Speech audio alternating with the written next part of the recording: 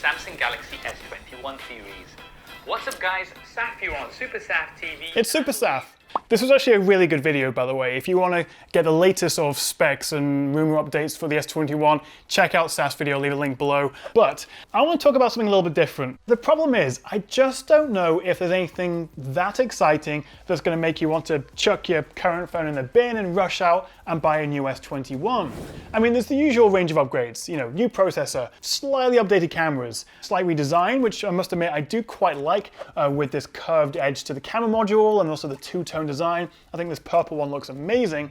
In fact, let's just get the specs out of the way first. And here we've got the S21 versus the Plus versus the Ultra. And the big changes include the new chips, having an adaptive refresh on the Ultra model, bigger batteries, which I actually think will be one of the most notable upgrades. Although I do think the new Snapdragon and Exynos processors look really interesting.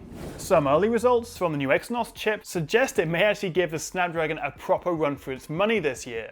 However, in the camera department, there doesn't seem to be a whole lot new. Aside from an upgraded ultra-wide lens, faster laser autofocus, and an extra zoom on the Ultra, but that's about it. And also the news that the S21 Ultra is likely to support the stylus, the S Pen, which is one less reason to go for a Note, I suppose. It kind of merges the two brands together a little bit. On a side note, I don't think we are seeing the end of the Note series. If anything, because Samsung's brought the launch and the unveiling of the S21 series so much farther forward. It's usually the end of February, March, but now it's the middle of Jan. That actually gives a bigger separation to when we usually see the Notes launched around August, September time. So I still think we'll see a Note 21, but it is kind of interesting that we may have S Pen support on the S21 Ultra.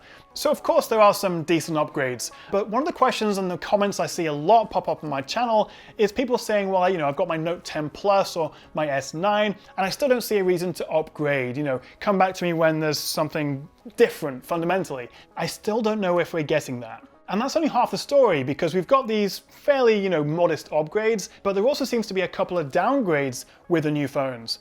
For example, if we take the display, if the leaks are to be believed, the S21 and the Plus will actually just have a full HD rather than Quad HD screen, which isn't the end of the world, but it is technically a downgrade from the S20 series. It also looks like we're losing micro SD card support. We're not going to get a charger in the box, which again, environmentally friendly, yes, great, but that means you probably have to pay extra yourself if you want the sort of latest, best fast charger. And it also looks like both the S21 and the Plus will have the slightly cheaper feeling glass-stick polycarbonate body rather than the sort of proper glass that you get on the higher end models. So it all comes down to pricing, but I don't know if there's anything that leaps off the page that's going to make me want to run out and buy an S21. I'm not sure if you saw it, but Dave from Dave2D made a really good video a couple of days ago on the S21 talking, well, ranting a little bit about the 1080p resolution and also suggesting that perhaps Samsung is to some extent maybe even sidelining the S series so that then there's a bigger differential and more reason to upgrade to a fancy flipping or folding phone with so much competition in the, you know, rectangular glass smartphone category that what's going to make them stand out are these different form factors. And I think the other thing that stands out is while the S21 will no doubt be a fantastic phone and, as I say, a great benchmark to compare all the other phones coming out this year, looking at the quality of the phones, the affordable budget phones that we saw at the end of 2020, what you could get for £200, £300, £400 or dollars is insane. I think 2020 for me was really the year of the resurgence of the good budget affordable phone. Why would someone go out and spend £100 or £800 on a phone that's marginally better?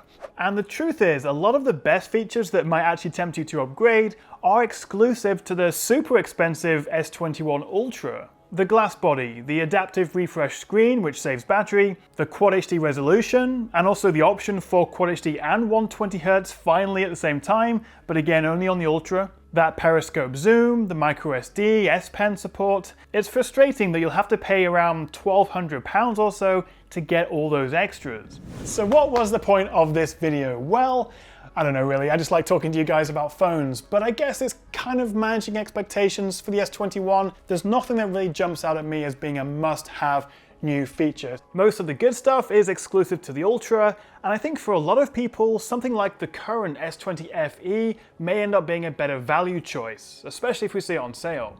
However, the good news is that we don't have to wait long until we find out everything. Samsung will unveil it at their Galaxy Unpacked event, and I'll have a hands-on first impressions video either that day or very soon afterwards, so make sure you have subscribed and stay tuned. But in the meantime, what about you? What do you think of the S21? Also the fact that you're getting maybe an S Pen, or at least compatibility with the Ultra, is that something that would be interesting to you?